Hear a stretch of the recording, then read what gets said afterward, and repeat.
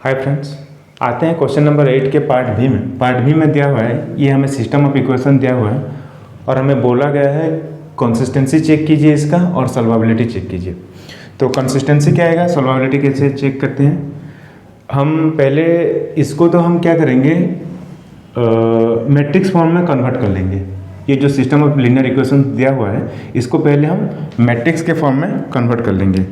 तो कैसे करते हैं, converting into matrix form। Converting into matrix form कैसे कन्वर्ट करते थे।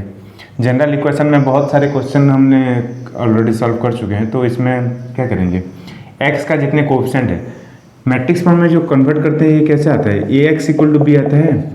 तो ये जो ए मैट्रिक्स बनेगा ये कोएफिशिएंट मैट्रिक्स है एक्स वाई जेड का, एक्स जो है एक्स वाई जेड मैट्रिक्स है, बी जो है ये सारे कांस्टेंट जो है।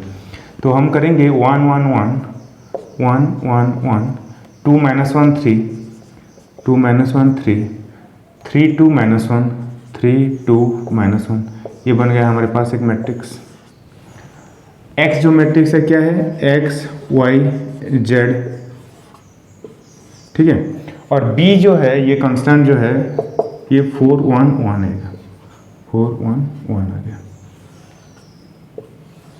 ठीक है ना। तो इसको हमने कन्वर्ट कर लिया। तो इन सारी चीज़ों को यहाँ थोड़ा लिख लेते हैं ताकि ये बाद में काम आएगा। तो इसको थोड़ा लिख लेते हैं। ये कितना आ गया हमारे पास, 1 1 1 2 -1 3 3 2 -1। तो ये ए था हमारे पास, बी भी थोड़ा यूज में आता है तो इसको भी थोड़ा लिख लेते हैं 1 1 1, ठीक है। तो आप लोगों को क्या करना है, पहले इस फॉर्म में आप लोगों को कन्वर्ट कर लेना है। अब हम क्या करेंगे, डिटर्मिनेंट ए चेक करेंगे। डिटर्मिनेंट ए क्यों, डिटर्मिनेंट ए चेक करना इसलिए पड़ रहा है ताकि हम कंसिस्टेंसी उसका बता सकें और सॉल्यूशन क्या आएगा उसका बता सकें। क्या आता है, डिटर्मिनेंट अगर नॉन जीरो आ गया तो यूनिक सॉल्यूशन होता है, अगर ये जीरो आ गया तो हमें और दो चीज़ फाइंड करना पड़ता है, क्या, एडजॉइंट ए इंटू बी। अगर वो भी जीरो आ गया तो इनफाइनाइटली मेनी सॉल्यूशंस, अगर एडजॉइंट ए इंटू बी अगर जीरो नहीं आया तो नो सॉल्यूशन, ठीक है। तो अब हम फाइंड करेंगे एडजॉइंट ए, सॉरी डिटर्मिनेंट ए। तो डिटर्मिनेंट ए क्या आएगा,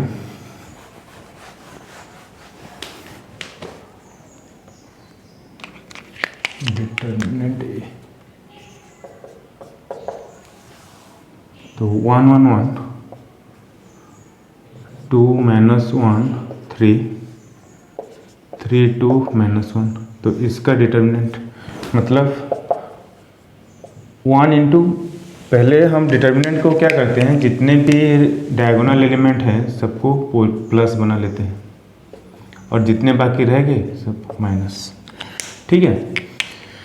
तो ये 1 डिटर्मिनेंट -1 3 2 -1 -1 डिटर्मिनेंट 2 3 3 -1 +1 डिटर्मिनेंट 2 -1 3 2, ठीक है। तो इसको थोड़ा सॉल्व कर लेते हैं। ये -1 × -1 1 -6, माइनस में ये बन जाएगा -2 -9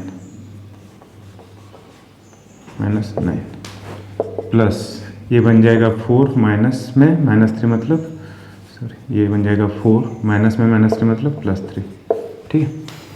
तो इसको अगर हम सॉल्व करेंगे तो -11 होगा तो +11 +7 मतलब +18 +18 -5 मतलब 13। ये आ गया हमारा डिटर्मिनेंट ए। तो डिटर्मिनेंट ए का वैल्यू 13 आ गया, वो नॉन जीरो है। मतलब अगर डिटर्मिनेंट ए नॉन जीरो होता है, अगर डिटर्मिनेंट ए नॉन जीरो होता है तो उसका यूनिक सॉल्यूशन आता है, यूनिक सॉल्यूशन। तो अब हम क्या लिखेंगे, ये जो लीनियर सिस्टम ऑफ इक्वेशन जो हमें दिया गया था उसका यूनिक सॉल्यूशंस आएगा और सिस्टम क्या रहेगा, कंसिस्टेंट सिस्टम। तो उसको थोड़ा लिख लेंगे। So the system of equation has, हम लिखेंगे क्या, the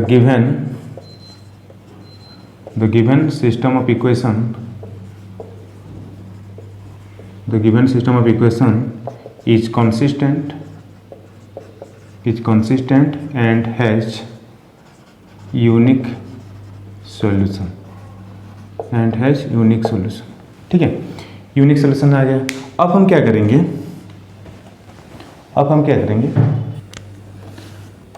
a इंटू एक्स कितना होता था, b होता था। तो हमको क्या करना पड़ेगा, अगर x को हम फाइंड करें तो हमको फाइंड करना पड़ेगा a इन्वर्स b। तो हमें x equal to a inverse b find करना पड़ेगा, इतना टास्क हमारे पास है। तो a इन्वर्स फाइंड करने के लिए क्या करना पड़ता था, 1 divided by determinant a into adjoint a into b, ये करना पड़ता था। तो हमें क्या करना पड़ेगा, अब हमें पहले एडजॉइंट a फाइंड करना पड़ेगा, उसके बाद उसको एडजॉइंट a को डिटर्मिनेंट a के साथ भाग करना पड़ेगा। ठीक है, तो हमारे पास तो डिटर्मिनेंट a आ चुका, कितना आया था, 13 आया था ना। तो डिटर्मिनेंट a हमारे पास 13 आया हुआ है। ठीक है, तो एडजॉइंट a अब फाइंड करते हैं।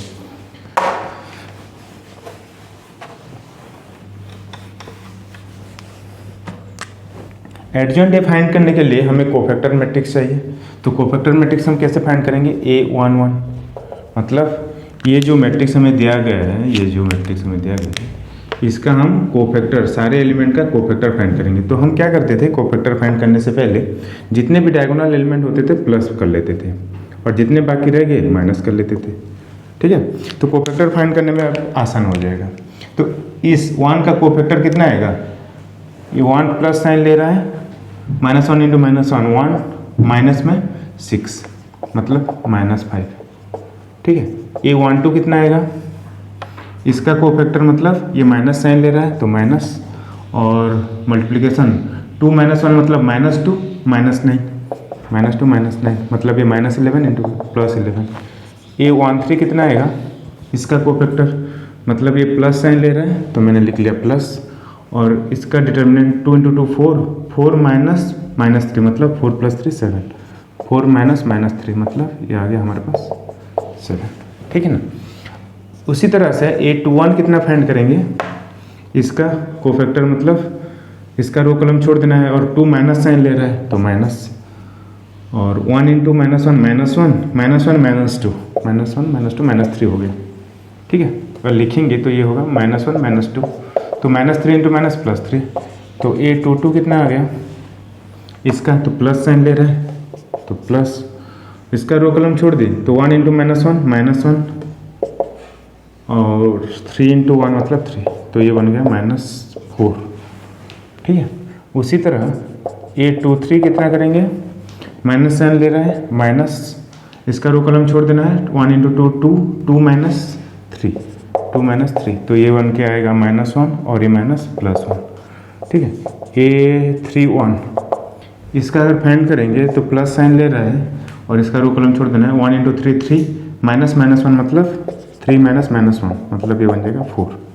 ठीक है, उसी तरह से आप लोगों को सारे के सारे कोफैक्टर्स फाइंड कर लेना है। A32 कितना आएगा, A32 मतलब ये साइन ले रहा है माइनस, और इसका रो कॉलम छोड़ देना है, 1 इंटू 3 3 -2 इंटू 1 2 मतलब ये आ जाएगा -1। फिर A33 कितना आएगा, ये पोजीशन तो प्लस ले रहा है, ये 1 इंटू -1 माइनस में 2, तो ये बन के आएगा -3। तो हमारे पास सारे कोफैक्टर आ गया, हमें अब एडजॉइंट बना लेना है। एडजॉइंट कैसे बनाते हैं, कोफैक्टर का मैट्रिक्स, कोफैक्टर मैट्रिक्स का ट्रांसपोज। ठीक है, तो हम एडजॉइंट डायरेक्ट लिखने वाले हैं। ये बहुत सारे क्वेश्चन हमने कर चुके हैं। अगर आप इस वीडियो को पहली बार देख रहे हैं तो इसके आगे वाले वीडियो को ज़रूर देख लीजिएगा, आप लोगों को पता चल जाएगा। तो ये हमारा पहला कॉलम, ये दूसरा कॉलम, ये तीसरा कॉलम बनेगा। ये ट्रिक है ना हमारा, तो ये बन जाएगा -5 11 7। ये फटाफट कर लेना है, ये जल्द से जल्द निकल के आएगा। एक बार अगर आपका कैलकुलेशन तेज हो गया तो आपका कीमती टाइम भी बचेगा और क्वेश्चन के बहुत एक्यूरेसी के साथ कर सकते हैं। तो हमारे पास आ गया एडजॉइंट है, तो हमें फाइंड करना है A इन्वर्स। तो A इन्वर्स क्या होता है, 1 divided by determinant A into adjoint A। ठीक है, तो एडजॉइंट A तो पता लग गया, डिटर्मिनेंट A भी हमको मालूम है 13, तो 1 डिवाइडेड बाय 13 और एडजेंट ए का मतलब क्या है, -5 3 4 11 -4 -1, इसको थोड़ा खिसका लेते हैं। और नीचे वाला कितना आया था, 7 1 -3 हो गया। तो अगर अब हम क्या करेंगे, एक्स फाइंड करेंगे, ठीक है ना। एक्स फाइंड करने के लिए हमें थोड़ा स्पेस चाहिए,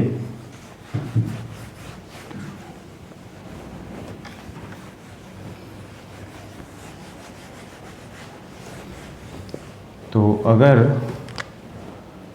अब क्या करेंगे, x इक्वल टू हम क्या करना है, हमको a इनवर्स इंटू बी करना है। a इनवर्स कितना आ गया, 1 डिवाइडेड बाई 13, सॉरी ये लिखेंगे x equal to a inverse b। तो a इनवर्स हमारे पास कितना आ गया है, इसको लिख लेना है 1 डिवाइडेड बाई 13, और जो मैट्रिक्स आया है -5 3 4, फिर आया 11 -4 -1, फिर आया 7 1 -3, और इसको मल्टीप्लाई करना है b के साथ। b कितना आया था, 4 1 1, तो 4 1 1 इसके साथ मल्टीप्लाई करना है।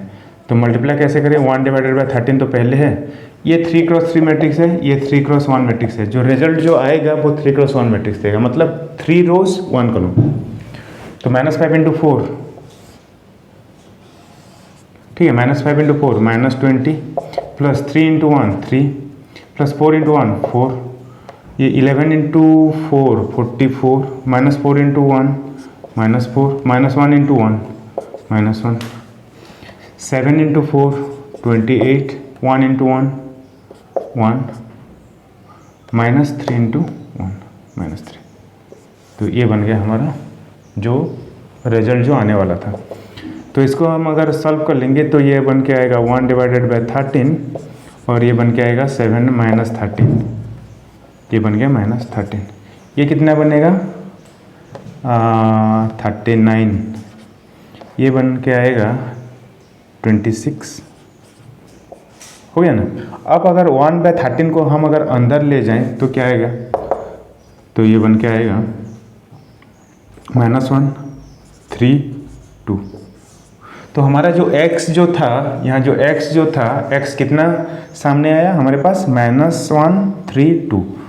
पर ये x है क्या, अब हम फाइंड करेंगे वो x है क्या। कुछ नहीं है, ऐसा कुछ नहीं है, ऐसे डरने का कुछ बात नहीं है। x हमें तो मालूम है ना, x था, x y z तो था। यहाँ जो हमारा नॉर्मल इक्वेशन जो लिखते थे, याद कीजिए, ये x इक्वल टू बी होता था, ये तो कोएफिशिएंट मैट्रिक्स हो गया, ये कांस्टेंट मैट्रिक्स हो गया। x क्या था, x y z मैट्रिक्स नहीं था, ये 3 रोज 1 कॉलम वाला मैट्रिक्स जो था, वही तो है, वही तो लिखना है। इस x क्या लिखेंगे हम, x इक्वल टू हमारे सामने आया -1 3 2 है, मतलब ये मैट्रिक्स हमें दिखा रहा है, ये जो x है इसको हम लिख सकते हैं x y z, ऐसे लिख सकते हैं। This equal to -1 3 2। अगर दो मैट्रिक्स इक्वल आ रहे हैं तो उसका करस्पॉन्डिंग एलिमेंट भी तो इक्वल होंगे ना। हम मैट्रिक्स के चैप्टर में ये बहुत ही अच्छी तरह से पढ़े हुए हैं। तो इसमें x इक्वल टू -1 होगा, y इक्वल टू 3 होगा, z इक्वल टू 2 होगा। तो हमारे पास जो सॉल्यूशन आ गया, क्या आया, x equal to -1, y equal to 3, z equal to 3। ये हमारा आंसर। हमें जो सॉल्यूशन ढूंढना था ना, तो ये पूछा है हमें, इसका यूनिक सोल्यूशन आएगा, और वो यूनिक सोल्यूशन ये है। आते हैं फ्रेंड्स अगले क्वेश्चन पर। क्वेश्चन हमें दिया हुआ है, ये हमारे सिस्टम ऑफ लीनियर इक्वेशन है, इसका हमें कंसिस्टेंसी और सॉल्वेबिलिटी चेक करना है। तो इसको हम पहले मैट्रिक्स फॉर्म में लिख लेते हैं। मैट्रिक्स फॉर्म में कैसे लिखना है, ए एक्स इक्वल टू बी दिखाना है। तो ए क्या आ जाएगा, ए कोएफिशिएंट मैट्रिक्स है, कोएफिशिएंट मैट्रिक्स कितना आएगा, 1 1 -1। देख लीजिए, x का कोएफिशिएंट 1, y का कोएफिशिएंट 1, z का कोएफिशिएंट -1। वैसे ही तीनों इक्वेशन का 3 रो बना के आप कोएफिशिएंट सारे लिख लीजिए, तो ये बन जाएगा हमारा कोएफिशिएंट मैट्रिक्स। ठीक है ना दोस्तों। तो ये 2 -4 2, ये बन गया हमारा कोएफिशिएंट मैट्रिक्स। अब x क्या आएगा, x की जगह x y z आएगा, ठीक है। और b क्या आएगा, ये जो सारे जो कांस्टेंट जो है ना राइट हैंड साइड में, तो ये आ जाएगा b, ठीक है। तो अब हम क्या करेंगे, इसको थोड़ा राइट हैंड साइड में लिख लेंगे, क्योंकि इसका बाद में भी यूज आता है। तो ए को मैं थोड़ा लिख लेता हूँ छोटा करके, 1 1 -1, ये 2 -3 1, थोड़ा लिख लेते हैं, 1 1 -1, 2 -3 1, और ये 2 -4 2 -4 2, b इक्वल टू 6 1 1 6 1 1। ठीक है, तो अब हम क्या करेंगे, पहले तो हम डिटर्मिनेंट ए फाइंड करेंगे। अगर डिटर्मिनेंट ए नॉन जीरो आ गया तो इसका यूनिक सोल्यूशन आ गया, हम बोल सकते हैं। तो फाइंड करना शुरू करते हैं। पहले डिटर्मिनेंट फाइंड करते हैं ए का, तब जाकर बता सकते हैं वो कंसिस्टेंट है या इनकंसिस्टेंट है। तो डिटर्मिनेंट ए अगर हम लिखेंगे तो आएगा क्या, 1 1 -1, 2 -3 1, 2 -4 2। तो इसका डिटर्मिनेंट मतलब थोड़ा साइन असाइन कर लेते हैं, डायगोनल एलिमेंट सारे प्लस, बाकी सब माइनस। ठीक है, तो 1 इंटू कितना आएगा 1, और इन दोनों का तो हम डायरेक्ट करते हैं। हम तो बहुत ही सारे क्वेश्चन में हम डिटर्मिनेंट कर चुके हैं, तो इसको डायरेक्ट सॉल्व करते हैं। तो ये आ गया -6 माइनस +4, ये आएगा माइनस, इसका साइन माइनस आता है, तो ये आ गया 4 - 2, और ये आ गया माइनस, ये प्लस साइन होगा फिर -1 होगा तो माइनस, और इसका आएगा -8, और ये माइनस में -6 होगा तो +6। ठीक है, तो इसका आ जाएगा हमारे पास -2, ये आ जाएगा -2, ये आ जाएगा हमारे पास -2 मतलब +2। तो ये आ गया -2 +2, एक कैंसिल हो जाएगा तो हमारे पास रह गया -2। तो डिटर्मिनेंट ए का वैल्यू -2 आ गया, ये नॉन जीरो है मतलब यूनिक सोल्यूशन। मतलब the system of equation is consistent and has unique solution। ठीक है ना दोस्तों, तो यूनिक सोल्यूशन में हम क्या करेंगे, अब हम क्या करेंगे, ए x इक्वल टू बी है तो x हमें फाइंड करना है, तो ए इनवर्स बी। तो ए इनवर्स फाइंड करने के लिए हमको क्या करना पड़ेगा, डिटर्मिनेंट ए तो फाइंड कर लिए, -2 आ गया। अब हमको एडजॉइंट ए फाइंड करना पड़ेगा और उसको बी के साथ मल्टीप्लाई करना पड़ेगा। तो ये सारी चीज़ हम करने वाले हैं। तो पहले फाइंड करेंगे एडजॉइंट ए, फिर ए इनवर्स फाइंड करेंगे, और फिर बी के साथ मल्टीप्लाई करेंगे। तो हम क्या करेंगे, अब डिटर्मिनेंट ए का वैल्यू थोड़ा लिख लेते हैं, बाद में ये यूज में आएगा, -2। ठीक है, और अब हम फाइंड करेंगे एडजॉइंट ए।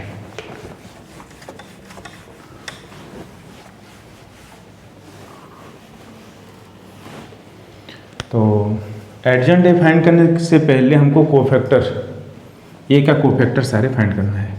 तो कोफैक्टर कैसे आएगा, इसको थोड़ा जितने डायगोनल एलिमेंट होते हैं सारे को प्लस बना लेते हैं, और बाकी जो रह गए वो माइनस बना लेते हैं। तो आगे, तो इसका कोफैक्टर मतलब ये +1 ले रहा है, तो ये -3 × 2 -6, माइनस में -4, माइनस में -4 मतलब ये आ गया हमारे पास -2। तो A12 कितना आएगा, इसका ये माइनस ले रहा है, और ये 2 × 2 4, 4 - 2, 4 - 2 मतलब -2। A13 कितना आएगा, ये प्लस साइन ले रहा है, और इसका -8 + 6, तो ये +-8, माइनस में -6 होगा ना, तो ये बन के आएगा +6 मतलब ये -2। ठीक है ना। उसी तरह A21 कितना आएगा, A21 माइनस ले रहा है यहाँ, माइनस, इसका रो कॉलम छोड़ दीजिए, तो 1 × 2 2, 2 - 4, 2 - 4, तो ये -2 × माइनस मतलब 2। तो A22 कितना आएगा, प्लस, इसका रो कॉलम छोड़ दीजिए, तो 1 × 2 2, 2 - -2, तो ये +2 -2 मतलब ये आ गया मेरे पास 4। ठीक है ना। A23 कितना आएगा, 23 मतलब ये वाला माइनस साइन ले रहा है, और इसका रो कॉलम छोड़ दीजिएगा, तो 1 × -1 -4 -2, तो आ गया ये -6 इंटू माइनस मतलब +6, तो A31 अब क्या आएगा, 31 मतलब ये वाला, तो आ जाएगा, ये प्लस साइन ले रहा है, 1 इंटू 1 1 माइनस, अच्छा ये प्लस साइन ले रहा है, 1 माइनस और ये 3, तो ये बन जाए -2। A32 कितना आएगा, ये वाला माइनस साइन ले रहा है, तो 1 माइनस -2 मतलब 1 माइनस -2 मतलब 3 आ जाएगा, ये -3 आ जाएगा। A33 कितना आएगा, ये वाला, तो 1 इंटू -3 मतलब -3 और ये -2, तो ये आ गया -5। ठीक है, तो अब हम सारे कोफैक्टर सामने आ गया, तो अब हम फाइंड कर सकते हैं एडजॉइंट ए। तो एडजॉइंट ए का वैल्यू क्या आएगा, इन तीन का एक एक कॉलम बना लीजिए, तो एडजॉइंट ए सामने आ जाएगा। तो -2 -2 -2 2 4 6 -2 -3 -5 -2 -3 -5, तो ये बन गया हमारा एडजॉइंट है। ठीक है, अब हम फाइंड करेंगे ए इन्वर्स। ए इन्वर्स कितना आएगा, 1 divided by determinant A into adjoint A.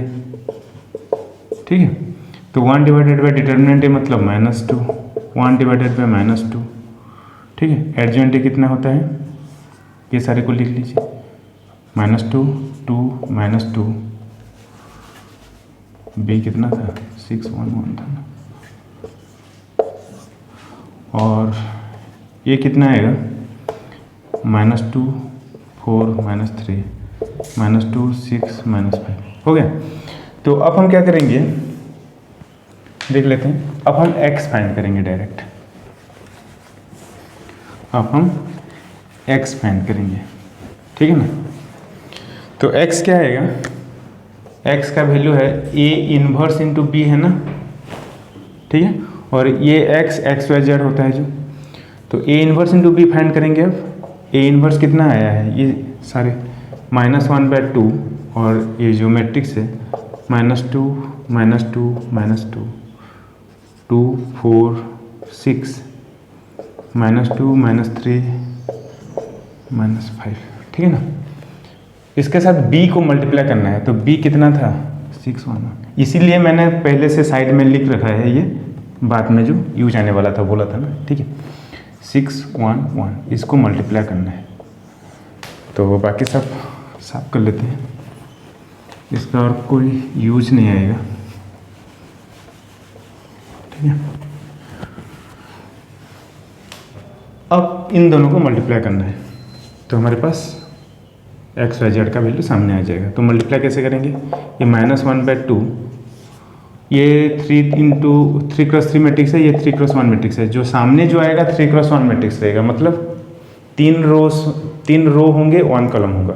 ठीक है, तो ये मल्टीप्लाई अगर करेंगे, -2 इंटू 6 मतलब -12 प्लस 2 इंटू 1 -2 इंटू -2 इंटू 1 मतलब -2 -2 into 6 -12 4 into 1 plus 4 -3 into 1 -3 -2 into 6 -12 6 into 1 6 -5 into 1 -5। तो ये 3 एलिमेंट आ गए। तो इसको थोड़ा सॉल्व कर लेना है, तो कितना आएगा, -1/2, ये आ जाएगा -12, ये आ जाएगा हमारे पास -8 -3 -11, और ये आ जाएगा हमारे पास 1 होगा, तो ये -11 आया दोस्तों। तो अब जो x जो था, x equal to a inverse b जो था, a इन्वर्स b का वैल्यू कितना आ गया, x कितना आएगा, x y z होता है, a इन्वर्स b का वैल्यू कितना आ गया, -12, सॉरी ये -1/2 इंटू -12 -1/2 इंटू -12 -11 आ गया ना। तो इसको अगर अंदर लेंगे तो कितना आएगा, तो ये 6 11/2 11/2, तो हमारे पास आ गया x y z मैट्रिक्स। थोड़ा ऊपर लिख लेंगे, एक्स वाई जेड मैट्रिक्स हमारे पास आ गया। एक्स क्या है देख सकते हैं, एक्स 6 को रिप्रेजेंट कर रहा है, वाई 11/2 को रिप्रेजेंट कर रहा है, जेड 11/2 को रिप्रेजेंट कर रहा है। मतलब अगर दो मैट्रिक्स इक्वल होंगे तो उसका कॉरस्पॉन्डिंग एलिमेंट भी इक्वल होता है, ठीक है ना। तो एक्स बन गया हमारे पास 6 आएगा, वाई का वैल्यू रहेगा 11/2, जेड का वैल्यू रहेगा 11/2। तो ये जो आपका यूनिक सोल्यूशन जो निकल के आएगा ना वो ये रहेगा। तो ये आपका आंसर होगा, ठीक है। मिलते हैं बच्चों दूसरे पार्ट में, शुरू करेंगे V डबल एस।